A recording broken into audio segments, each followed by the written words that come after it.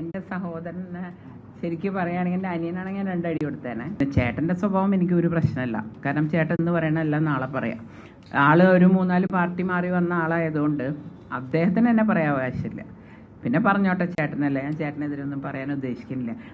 കാരണം അദ്ദേഹം മറ്റേ പാർട്ടിയിലൊക്കെ ഉണ്ടായിരുന്നപ്പോഴും ഞാൻ കോൺഗ്രസ്സുകാരിയായിരുന്നു. ഞാൻ എൻ്റെ ചേട്ടനൊരു വാക്ക് ഇതുവരെ പറഞ്ഞിട്ടില്ലല്ലോ, ഇതുവരെ പറഞ്ഞിട്ടില്ല. അത് എൻ്റെ രക്തമാണെന്ന് എനിക്കറിയാം. അപ്പോൾ ഒന്നാമത്തെ കാര്യം, രാഷ്ട്രീയവും വ്യക്തി ജീവിതം വേറെ വേറെ കാണണം. എൻ്റെ രാഷ്ട്രീയ ജീവിതം വേറെയാണ്. എന്നെ വെറുതെ അങ്ങ് വിട്ടേക്കുക.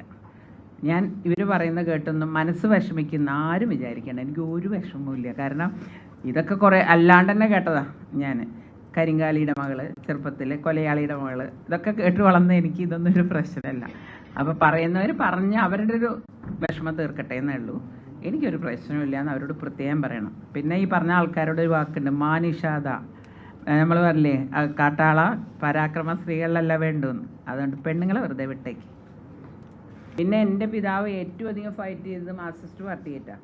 ആ സമയം അവർ തമ്മിൽ പ്രത്യേകിച്ച് അച്ഛൻ ഏറ്റവും ഫൈറ്റ് ചെയ്തിട്ടുള്ള ഒരാളുടെ കൂടെ പോയ അച്ഛൻ്റെ മകളാണ് ഞാൻ. അപ്പോൾ പിന്നെ എനിക്കിഷ്ടപ്പെടും, അതായത് എനിക്ക് സ്വാതന്ത്ര്യമുള്ള സ്ഥലം പ്രവർത്തിക്കാൻ. നമുക്കൊരു ഗൈഡ് ലൈൻ തരാനുള്ള ലീഡർഷിപ്പ് ഉണ്ട്. അതാണ് ഏറ്റവും സുഖം ഒരു ആൾക്ക് പ്രവർത്തിക്കാൻ. അല്ല, അത് പ്രചോദനം ആവണ്ട. അവരിപ്പോൾ തന്നെ കുറച്ച് കഴിഞ്ഞാൽ വന്നോളൂ.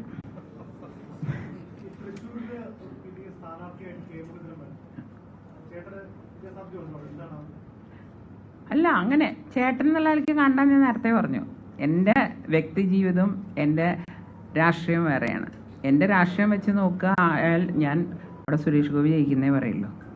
എൻ്റെ സഹോദരന് ശരിക്കും പറയുകയാണെങ്കിൽ എൻ്റെ അനിയനാണെങ്കിൽ ഞാൻ രണ്ടടി കൊടുത്തേനെ. കാരണം 1.5 കൊല്ലം ഞാൻ ഒരു വീഴ്ച കഴിഞ്ഞു, എനിക്ക് വേറെ കുറേ അസുഖങ്ങൾ വന്നു, ഒക്കെ ചേട്ടന് മാത്രമേ അറിയുള്ളൂ.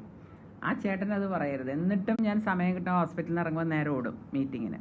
ഞാൻ അത്രയും ഒരു ഹെൽത്തിൽ ഒരു 1.5 കൊല്ലമായിട്ട് ഞാൻ ഭയങ്കര ഡൗൺ ആയിരുന്നു. ഇപ്പോൾ ഒരു 6 മാസമായിട്ടുള്ളൂ ഞാൻ റിക്കവർ ചെയ്ത് വന്നു തുടങ്ങിയിട്ട്. അപ്പോൾ ഇതെല്ലാം അറിയുന്ന ആളത് പറയുന്നത് രാഷ്ട്രീയത്തിന് വേണ്ടിയിട്ടാണ്, വോട്ടിന് വേണ്ടിയിട്ട്, വേറെ ഒന്നും. എന്ത് പരിഗണന? അതെ, പരിഗണന കിട്ടിയില്ല എന്നുള്ളത് ശരിയാണ്.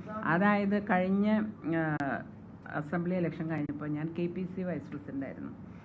ആ സമയത്ത് വലിയൊരു നേതാവിൻ്റെ അനുയായി എന്നെ ഏറ്റവും ദ്രോഹിച്ച ആളെ ഇലക്ഷൻ. അപ്പോൾ അയാൾക്ക് പൊസിഷൻ കൊടുക്കുന്നതിൽ ഞാൻ എതിർത്തു. അപ്പോൾ ആ നേതാവ് തീരുമാനിച്ചു, എന്നാൽ അയാളും വേണ്ട ഞാനും വേണ്ട. അയാളെ എന്നെയും ഒരു ഇതിൽ കിട്ടിയാൽ എനിക്ക് സങ്കടമാണ്. പക്ഷെ എന്നാലും അതിലെനിക്ക് വിഷമമില്ല. ഞാൻ എല്ലാ ആൾക്കാരും ഒരേമാതിരി കാണുന്നതാണ്. എന്നിട്ട് എന്നെ നേരെ എക്സിക്യൂട്ടീവിലേക്ക് തട്ടി 3 കൊല്ലം എന്നെ നടത്തിച്ചു.